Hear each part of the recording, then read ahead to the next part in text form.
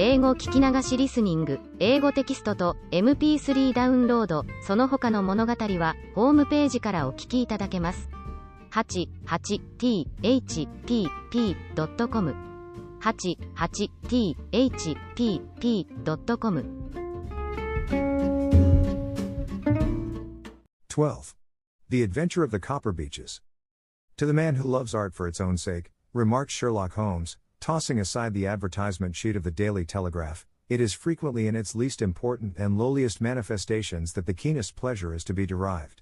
It is pleasant to me to observe, Watson, that you have so far grasped this truth that in these little records of our cases which you have been good enough to draw up, and, I am bound to say, occasionally to embellish, you have given prominence not so much to the many causes celeb and sensational trials in which I have figured but rather to those incidents which may have been trivial in themselves, but which have given room for those faculties of deduction and of logical synthesis which I have made my special province. And yet, said I, smiling, I cannot quite hold myself absolved from the charge of sensationalism which has been urged against my records.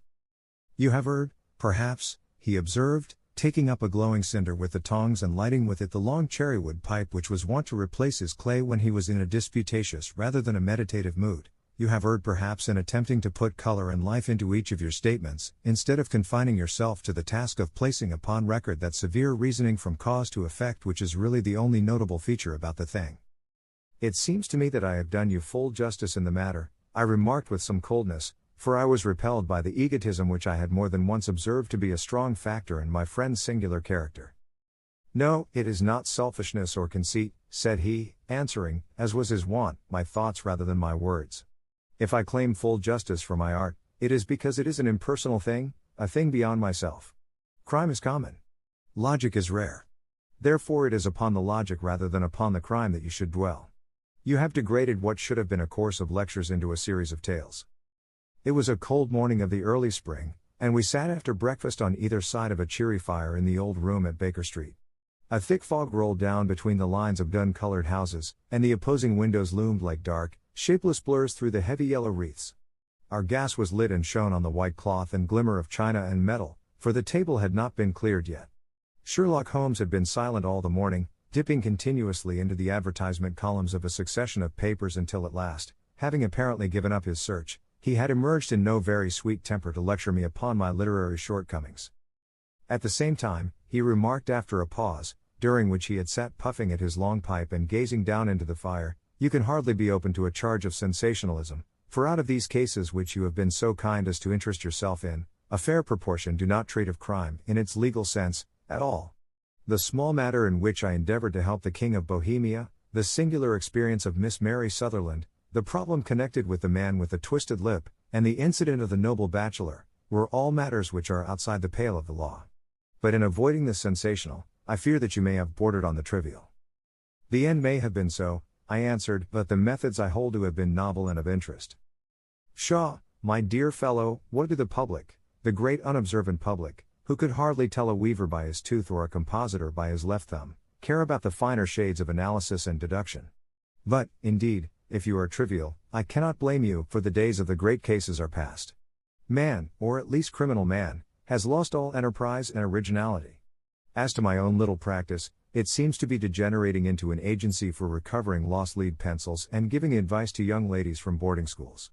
I think that I have touched bottom at last, however. This note I had this morning marks my 0 point, I fancy. Read it. He tossed a crumpled letter across to me. It was dated from Montague Place upon the preceding evening, and ran thus. Dear Mr. Holmes, I am very anxious to consult you as to whether I should or should not accept a situation which has been offered to me as governess. I shall call at 10:30 tomorrow if I do not inconvenience you. Yours faithfully, Violet Hunter. Do you know the young lady? I asked. Not I. It is 10:30 now. Yes, and I have no doubt that is her ring. It may turn out to be of more interest than you think. You remember that the affair of the blue carbuncle, which appeared to be a mere whim at first, developed into a serious investigation. It may be so in this case, also. Well, let us hope so. But our doubts will very soon be solved, for here, unless I am much mistaken, is the person in question. As he spoke, the door opened and a young lady entered the room. She was plainly but neatly dressed, with a bright, quick face, freckled like a plover's egg, and with the brisk manner of a woman who has had her own way to make in the world. "You will excuse my troubling you, I am sure," said she, as my companion rose to greet her, "but I have had a very strange experience, and as I have no parents or relations of any sort from whom I could ask advice, I thought that perhaps you would be kind enough to tell me what I should do." "Pray take a seat, Miss Hunter. I shall be happy to do anything that I can to serve you." I could see that Holmes was favorably impressed by the manner and speech of his new client. He looked her over in his searching fashion, and then composed himself, with his lids drooping and his fingertips together, to listen to her story. "I have been a governess for 5 years," said she, "in the family of Colonel Spence Monroe, but 2 months ago the Colonel received an appointment at Halifax, in Nova Scotia, and took his children over to America with him, so that I found myself without a situation. I advertised, and I answered advertisements, but without success. At last the little money which I had saved began to run short, and I was at my wits' end as to what I should do. There is a well-known agency for governesses in the West End called Westaway's, and there I used to call about once a week in order to see whether anything had turned up which might suit me. Westaway was the name of the founder of the business, but it is really managed by Miss Stopare. She sits in her own little office, and the ladies who are seeking employment wait in an anteroom, and are then shown in one by one, when she consults her ledgers and sees whether she has anything which would suit them. Well, when I called last week I was shown into the little office as usual, but I found that Miss Stopare was not alone. A prodigiously stout man with a very smiling face and a great heavy chin which rolled down and fold upon fold over his throat sat at her elbow with a pair of glasses on his nose, looking very earnestly at the ladies who entered. As I came in he gave quite a jump in his chair and turned quickly to Miss Stopare. "That will do," said he, "I could not ask for anything better. Capital. Capital." He seemed quite enthusiastic and rubbed his hands together in the most genial fashion. He was such a comfortable-looking man that it was quite a pleasure to look at him. "You are looking for a situation, miss?" he asked. "Yes, sir." "As governess?" "Yes, sir." "And what salary do you ask?" "I had £4 a month in my last place with Colonel Spence Monroe." "Oh, tut, tut. Sweating, rank sweating," he cried, throwing his fat hands out into the air like a man who is in a boiling passion. "How could anyone offer so pitiful a sum to a lady with such attractions and accomplishments?" "My accomplishments, sir, may be less than you imagine," said I. "A little French, a little German, music, and drawing." "Tut, tut," he cried. "This is all quite beside the question. The point is, have you or have you not the bearing and deportment of a lady? There it is in a nutshell. If you have not, you are not fitted for the rearing of a child who may some day play a considerable part in the history of the country. But if you have, why, then, how could any gentleman ask you to condescend to accept anything under the 3 figures? Your salary with me, madam, would commence at £100 a year." You may imagine, Mr. Holmes, that to me, destitute as I was, such an offer seemed almost too good to be true. The gentleman, however, seeing perhaps the look of incredulity upon my face, opened a pocketbook and took out a note. "It is also my custom," said he, smiling in the most pleasant fashion until his eyes were just 2 little shining slits amid the white creases of his face, "to advance to my young ladies half their salary beforehand, so that they may meet any little expenses of their journey and their wardrobe." It seemed to me that I had never met so fascinating and so thoughtful a man. As I was already in debt to my tradesmen, the advance was a great convenience, and yet there was something unnatural about the whole transaction which made me wish to know a little more before I quite committed myself. "May I ask where you live, sir?" said I. "Hampshire. Charming rural place. The Copper Beeches, 5 miles on the far side of Winchester. It is the most lovely country, my dear young lady, and the dearest old country house." "And my duties, sir? I should be glad to know what they would be." "One child, one dear little romper just 6 years old. Oh, if you could see him killing cockroaches with a slipper. Smack! Smack! Smack! 3 gone before you could wink." He leaned back in his chair and laughed his eyes into his head again. I was a little startled at the nature of the child's amusement, but the father's laughter made me think that perhaps he was joking. "My sole duties, then," I asked, "are to take charge of a single child?" No, not the sole, my dear young lady," he cried. "Your duty would be, as I am sure your good sense would suggest, to obey any little commands my wife might give, provided always that they were such commands as a lady might with propriety obey. You see no difficulty, hey? I should be happy to make myself useful." "Quite so. In dress now, for example. We are fatty people, you know, fatty but kind-hearted. If you were asked to wear any dress which we might give you, you would not object to our little whim. Hey! No, said I, considerably astonished at his words. Or to sit here, or sit there, that would not be offensive to you? Oh no. Or to cut your hair quite short before you come to us? I could hardly believe my ears. As you may observe, Mr. Holmes, my hair is somewhat luxuriant, and of a rather peculiar tint of chestnut. It has been considered artistic. I could not dream of sacrificing it in this offhand fashion. I am afraid that is quite impossible, said I. He had been watching me eagerly out of his small eyes, and I could see a shadow pass over his face as I spoke. I am afraid that it is quite essential, said he. It is a little fancy of my wife's, and ladies' fancies, you know, madam, ladies' fancies must be consulted. And so you won't cut your hair? No, sir, I really could not, I answered firmly. Ah, very well, then that quite settles the matter. It is a pity, because in other respects you would really have done very nicely. In that case, Miss Stopare, I had best inspect a few more of your young ladies. The manageress had sat all this while busy with her papers without a word to either of us, but she glanced at me now with so much annoyance upon her face that I could not help suspecting that she had lost a handsome commission through my refusal. Do you desire your name to be kept upon the books? She asked. If you please, Miss Stopare. Well, really, it seems rather useless, since you refuse the most excellent offers in this fashion, said she sharply. You can hardly expect us to exert ourselves to find another such opening for you. Good day to you, Miss Hunter. She struck a gong upon the table, and I was shown out by the page. Well, Mr. Holmes, when I got back to my lodgings and found little enough in the cupboard, and 2 or 3 bills upon the table, I began to ask myself whether I had not done a very foolish thing. After all, if these people had strange fads and expected obedience on the most extraordinary matters, they were at least ready to pay for their eccentricity. Very few governesses in England are getting £100 a year. Besides, what use was my hair to me? Many people are improved by wearing it short, and perhaps I should be among the number. Next day I was inclined to think that I had made a mistake, and by the day after I was sure of it. I had almost overcome my pride so far as to go back to the agency and inquire whether the place was still open when I received this letter from the gentleman himself. I have it here and I will read it to you. The Copper Beeches, near Winchester. Dear Miss Hunter, Miss Stopare has very kindly given me your address, and I write from here to ask you whether you have reconsidered your decision. My wife is very anxious that you should come, for she has been much attracted by my description of you. We are willing to give £30 a quarter, or £120 a year, so as to recompense you for any little inconvenience which our fads may cause you. They are not very exacting, after all. My wife is fond of a particular shade of electric blue and would like you to wear such a dress indoors in the morning. You need not, however, go to the expense of purchasing one, as we have one belonging to my dear daughter Alice, now in Philadelphia, which would, I should think, fit you very well.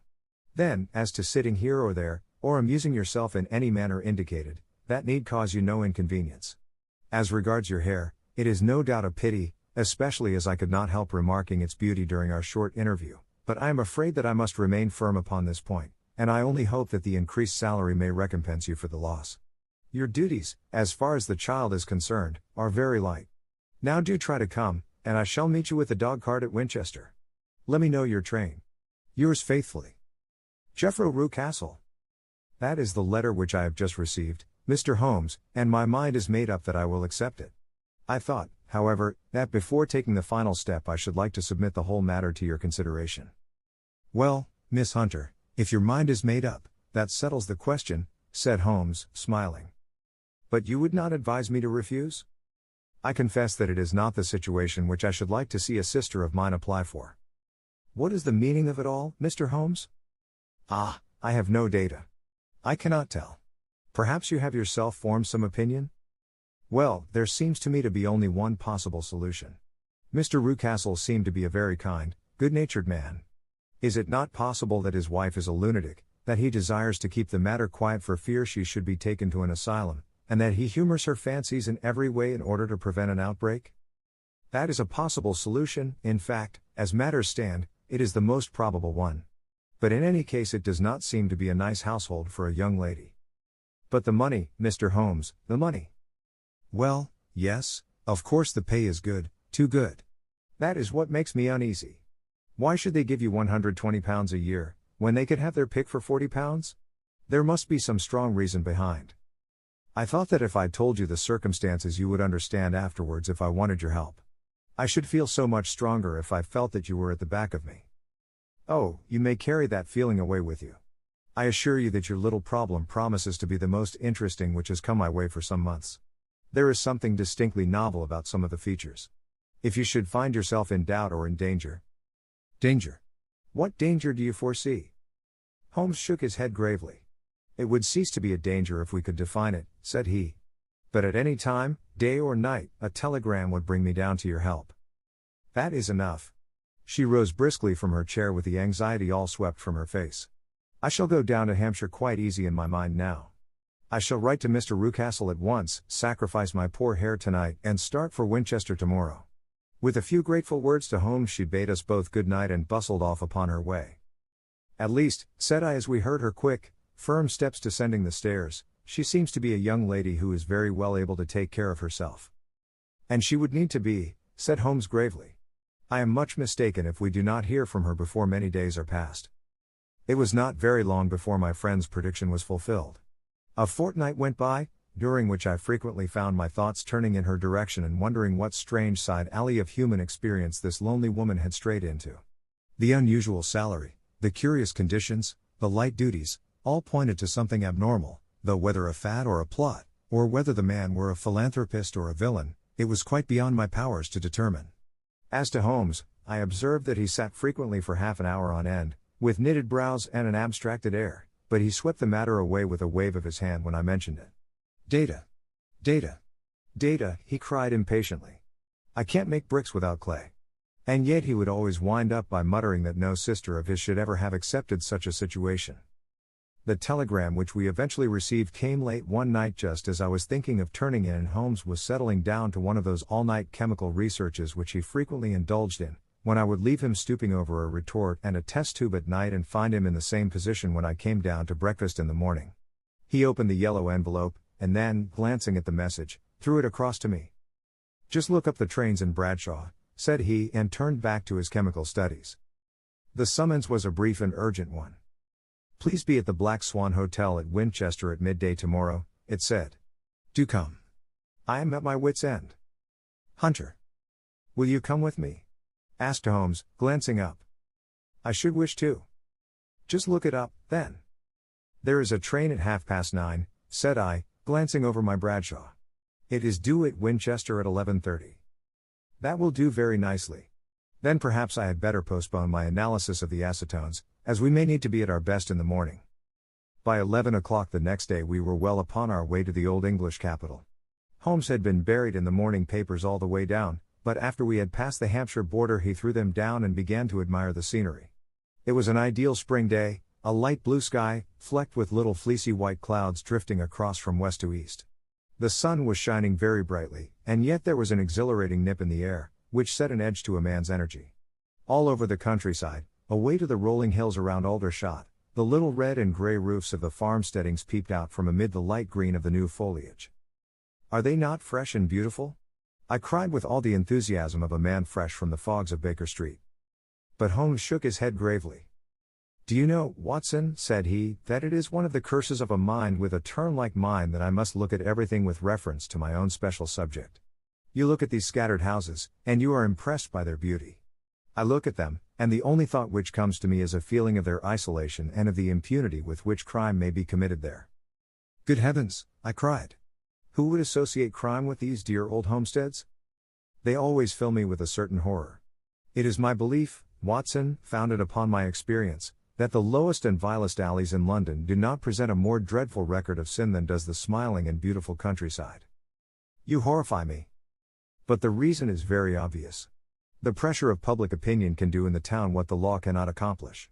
There is no lane so vile that the scream of a tortured child, or the thud of a drunkard's blow, does not beget sympathy and indignation among the neighbors, and then the whole machinery of justice is ever so close that a word of complaint can set it going, and there is but a step between the crime and the dock.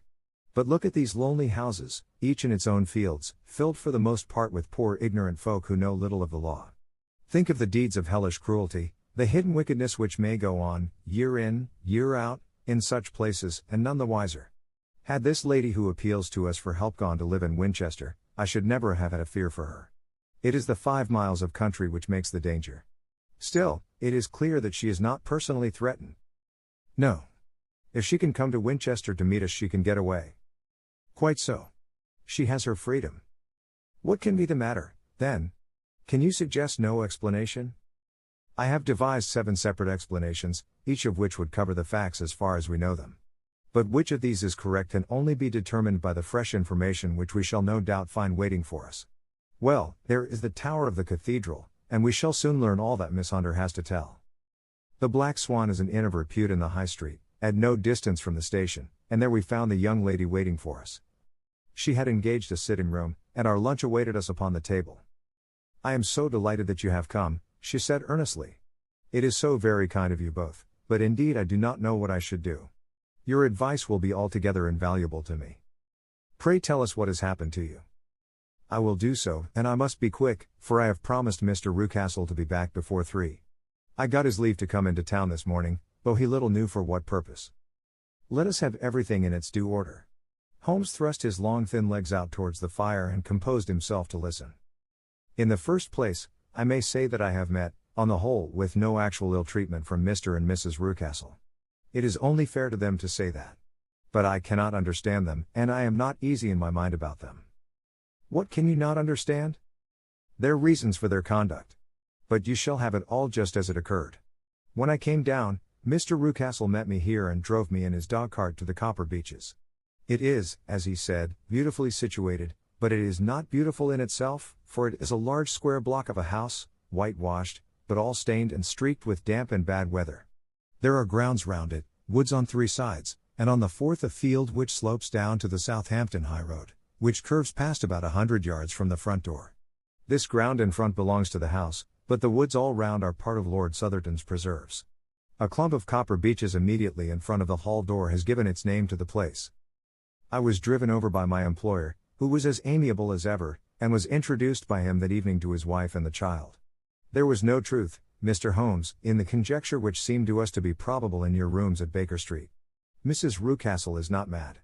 I found her to be a silent, pale-faced woman, much younger than her husband, not more than 30, I should think, while he can hardly be less than 45.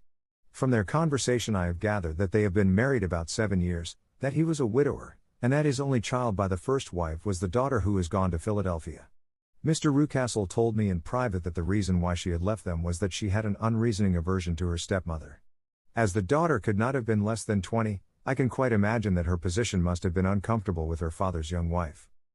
Mrs. Rucastle seemed to me to be colorless in mind as well as in feature. She impressed me neither favorably nor the reverse. She was a nonentity. It was easy to see that she was passionately devoted both to her husband and to her little son.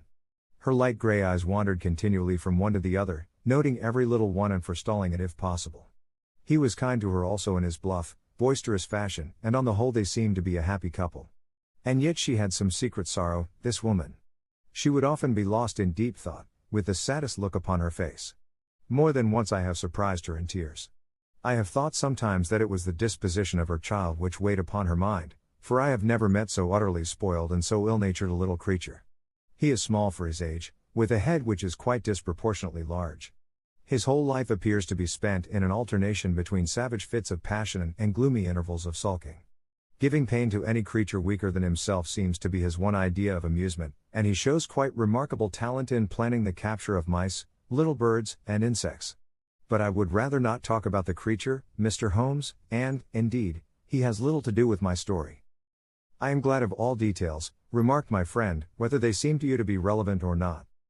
I shall try not to miss anything of importance.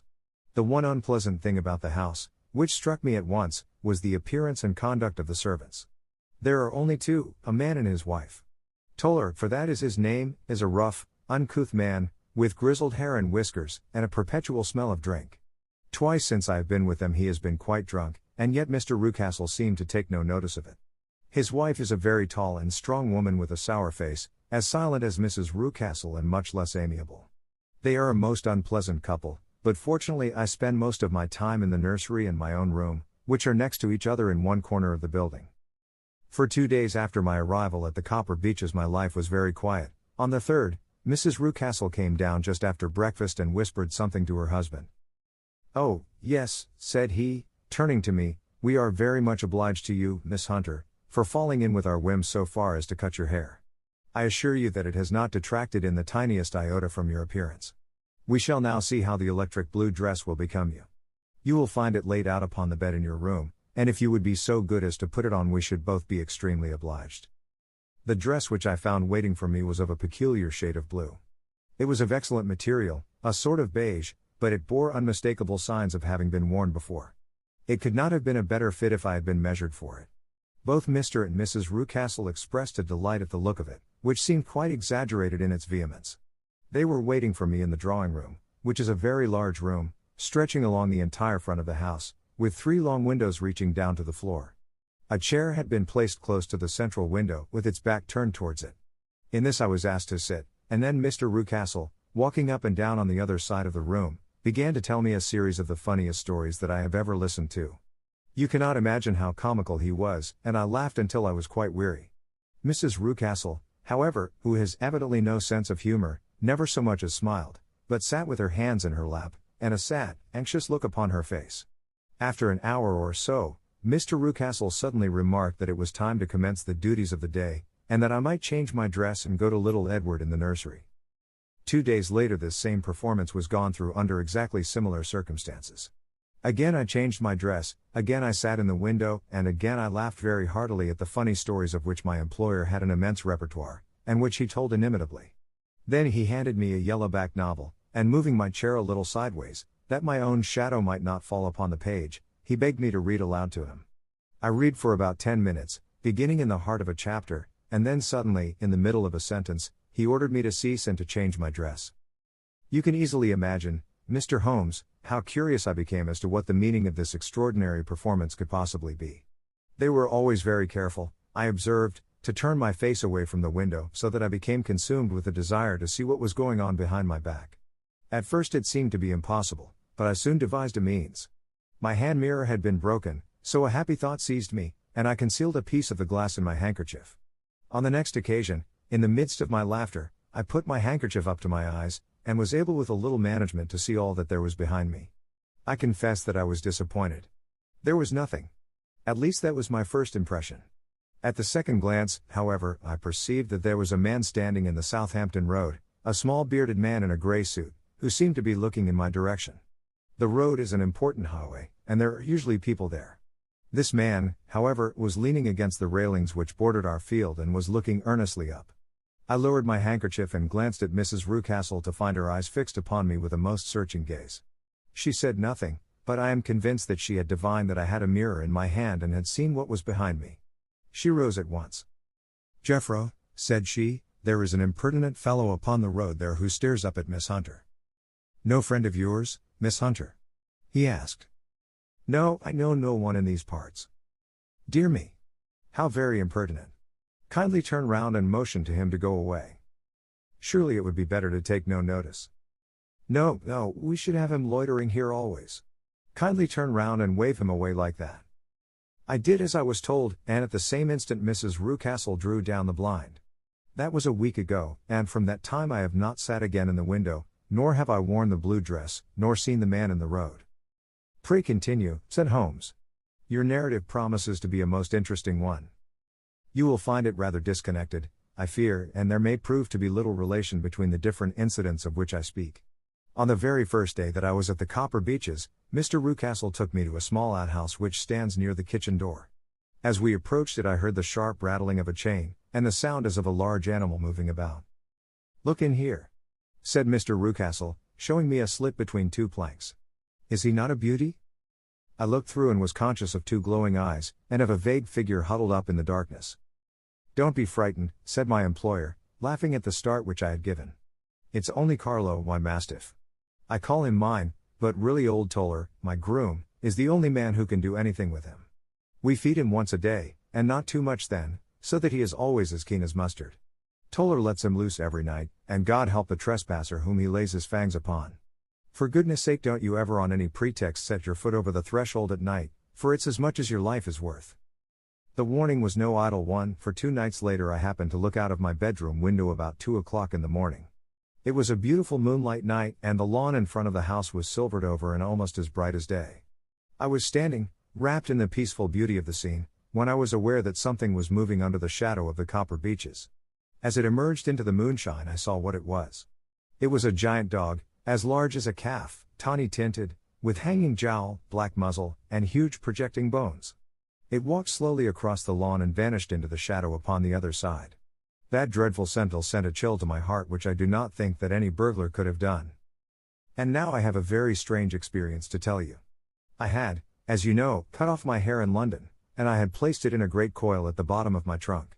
One evening, after the child was in bed, I began to amuse myself by examining the furniture of my room and by rearranging my own little things. There was an old chest of drawers in the room, the two upper ones empty and open, the lower one locked. I had filled the first two with my linen, and as I had still much to pack away, I was naturally annoyed at not having the use of the third drawer. It struck me that it might have been fastened by a mere oversight, so I took out my bunch of keys and tried to open it. The very first key fitted to perfection, and I drew the drawer open. There was only one thing in it, but I am sure that you would never guess what it was. It was my coil of hair. I took it up and examined it. It was of the same peculiar tint, and the same thickness. But then the impossibility of the thing obtruded itself upon me. How could my hair have been locked in the drawer? With trembling hands I undid my trunk, turned out the contents, and drew from the bottom my own hair. I laid the two tresses together, and I assure you that they were identical. Was it not extraordinary? Puzzle as I would, I could make nothing at all of what it meant. I returned the strange hair to the drawer, and I said nothing of the matter to the Rucastles, as I felt that I had put myself in the wrong by opening a drawer which they had locked. I am naturally observant, as you may have remarked, Mr. Holmes, and I soon had a pretty good plan of the whole house in my head. There was one wing, however, which appeared not to be inhabited at all. A door which faced that which led into the quarters of the Tollers opened into this suite, but it was invariably locked.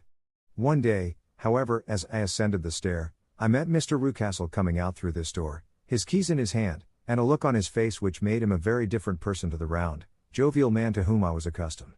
His cheeks were red, his brow was all crinkled with anger, and the veins stood out at his temples with passion. He locked the door and hurried past me without a word or a look. This aroused my curiosity, so when I went out for a walk in the grounds with my charge, I strolled round to the side from which I could see the windows of this part of the house. There were 4 of them in a row, 3 of which were simply dirty, while the 4th was shuttered up. They were evidently all deserted.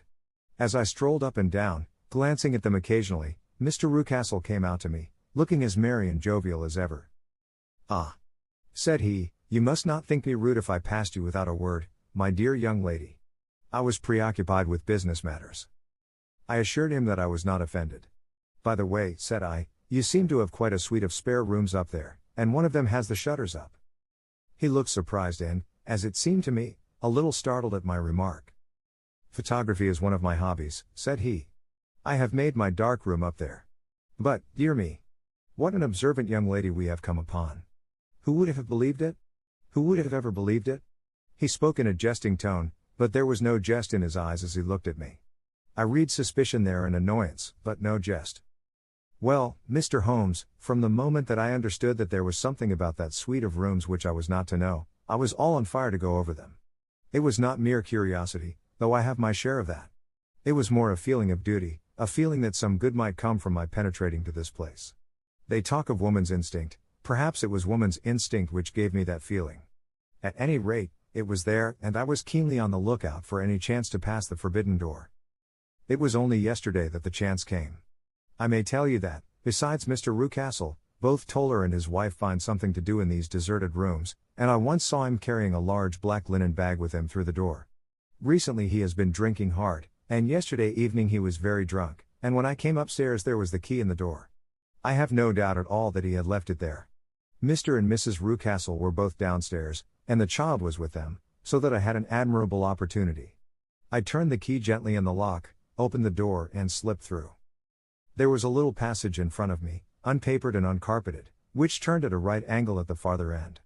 Round this corner were 3 doors in a line, the first and third of which were open. They each led into an empty room, dusty and cheerless, with 2 windows in the one and one in the other, so thick with dirt that the evening light glimmered dimly through them. The center door was closed, and across the outside of it had been fastened one of the broad bars of an iron bed, padlocked at one end to a ring in the wall, and fastened at the other with stout cord. The door itself was locked as well, and the key was not there. This barricaded door corresponded clearly with the shuttered window outside, and yet I could see by the glimmer from beneath it that the room was not in darkness. Evidently there was a skylight which let in light from above. As I stood in the passage gazing at the sinister door and wondering what secret it might veil, I suddenly heard the sound of steps within the room and saw a shadow pass backward and forward against the little slit of dim light which shone out from under the door.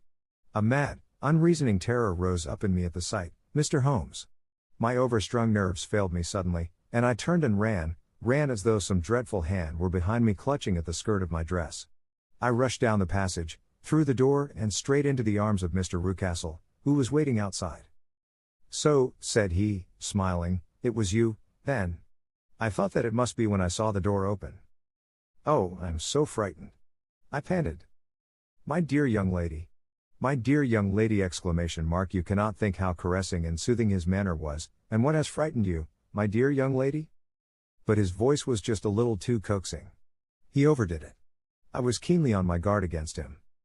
"I was foolish enough to go into the empty wing," I answered. "But it is so lonely and eerie in this dim light that I was frightened and ran out again.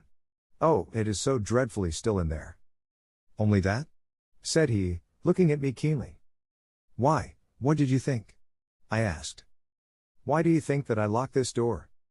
"I am sure that I do not know. It is to keep people out who have no business there. Do you see?" He was still smiling in the most amiable manner. "I am sure if I had known." "Well, then, you know now. And if you ever put your foot over that threshold again," here in an instant the smile hardened into a grin of rage, and he glared down at me with the face of a demon, "I'll throw you to the mastiff." I was so terrified that I do not know what I did. I suppose that I must have rushed past him into my room. I remember nothing until I found myself lying on my bed trembling all over. Then I thought of you, Mr. Holmes. I could not live there longer without some advice. I was frightened of the house, of the man, of the woman, of the servants, even of the child. They were all horrible to me. If I could only bring you down, all would be well. Of course I might have fled from the house, but my curiosity was almost as strong as my fears. My mind was soon made up.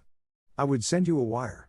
I put on my hat and cloak, went down to the office, which is about half a mile from the house, and then returned, feeling very much easier. A horrible doubt came into my mind as I approached the door lest the dog might be loose, but I remembered that Toller had drunk himself into a state of insensibility that evening, and I knew that he was the only one in the household who had any influence with the savage creature, or who would venture to set him free. I slipped in safety and lay awake half the night in my joy at the thought of seeing you. I had no difficulty in getting leave to come into Winchester this morning, but I must be back before 3 o'clock, for Mr. and Mrs. Rucastle are going on a visit, and will be away all the evening, so that I must look after the child.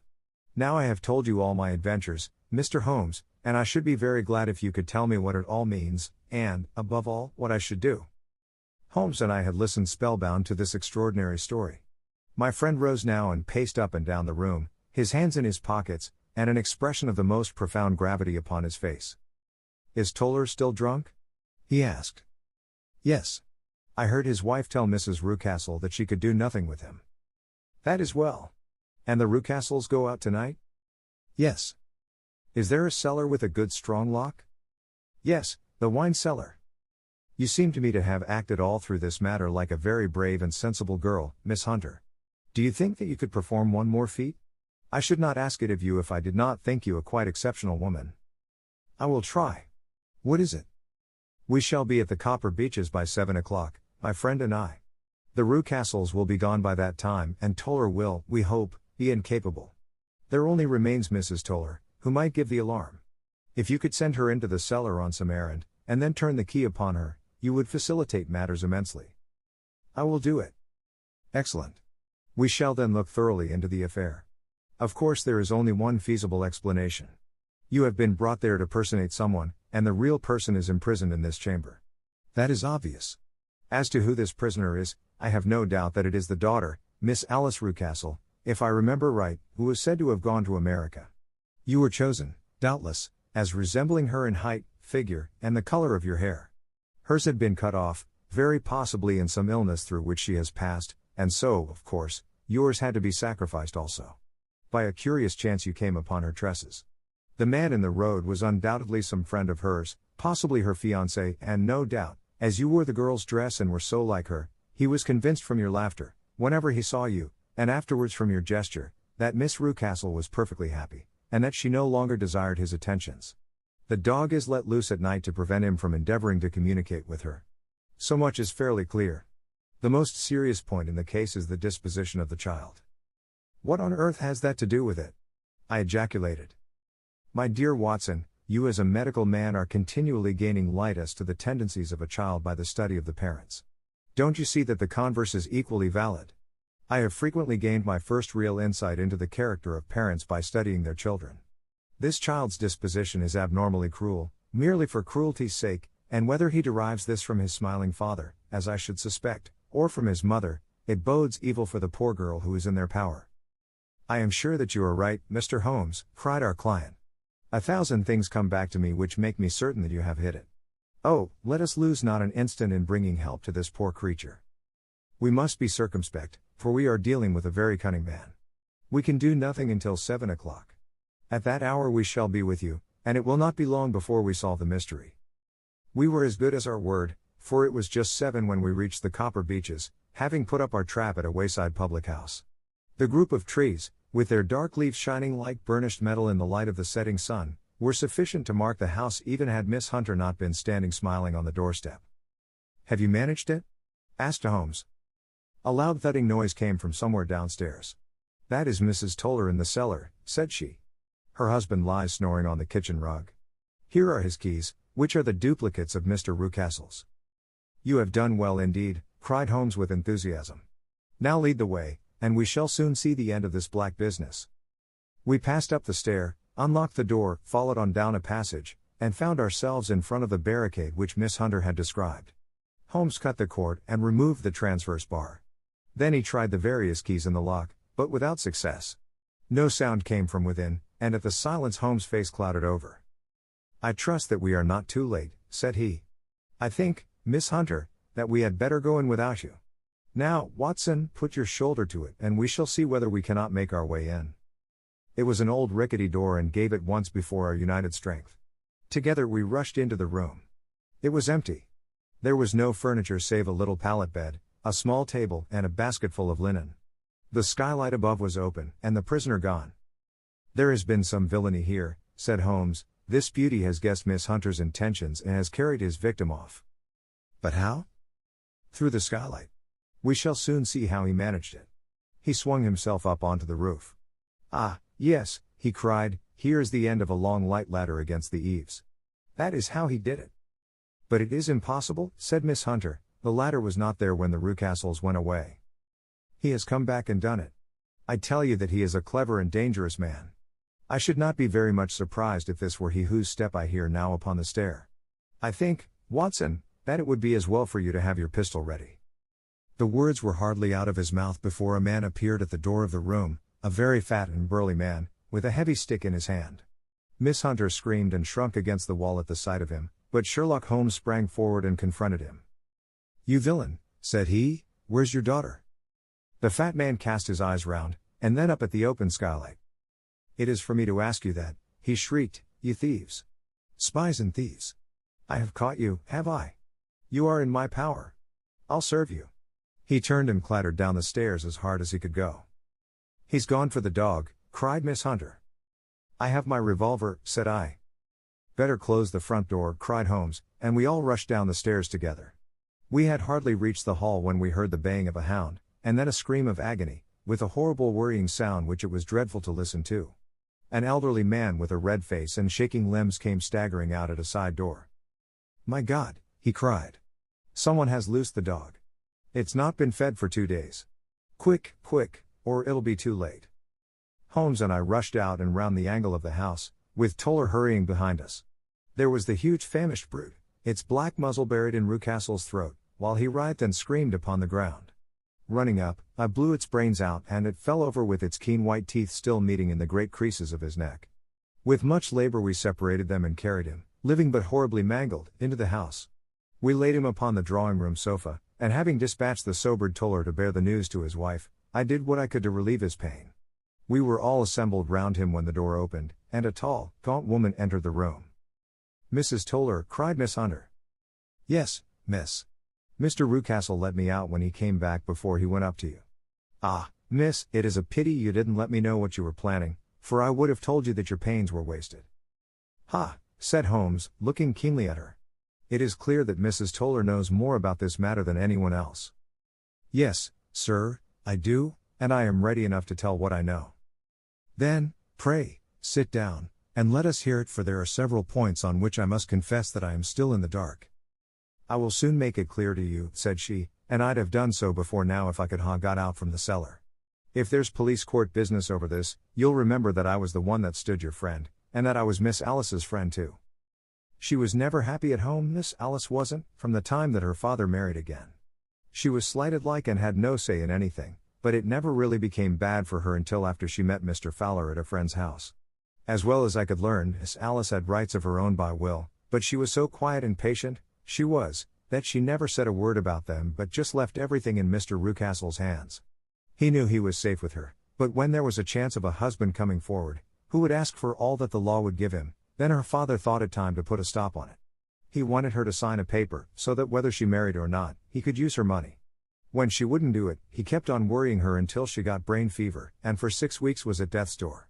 Then she got better at last, all worn to a shadow, and with her beautiful hair cut off, but that didn't make no change in her young man, and he stuck to her as true as man could be.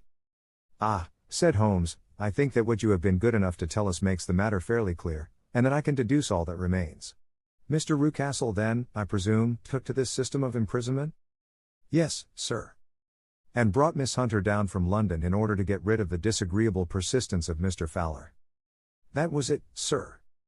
But Mr. Fowler, being a persevering man, as a good seaman should be, blockaded the house, and having met you succeeded by certain arguments, metallic or otherwise, in convincing you that your interests were the same as his. Mr. Fowler was a very kind-spoken, free-handed gentleman, said Mrs. Toller serenely. And in this way he managed that your good man should have no want of drink, and that a ladder should be ready at the moment when your master had gone out. You have it, sir, just as it happened. I am sure we owe you an apology, Mrs. Toller, said Holmes, for you have certainly cleared up everything which puzzled us. And here comes the country surgeon and Mrs. Rucastle, so I think, Watson, that we had best escort Miss Hunter back to Winchester, as it seems to me that our locus standi now is rather a questionable one. And thus was solved the mystery of the sinister house with the copper beeches in front of the door. Mr. Rucastle survived, but was always a broken man, kept alive solely through the care of his devoted wife. They still live with their old servants, who probably know so much of Rucastle's past life that he finds it difficult to part from them. Mr. Fowler and Miss Rucastle were married, by special license, in Southampton the day after their flight, and he is now the holder of a government appointment in the island of Mauritius. As to Miss Violet Hunter, my friend Holmes, rather to my disappointment, manifested no further interest in her when once she had ceased to be the center of one of his problems, and she is now the head of a private school at Walsall, where I believe that she has met with considerable success.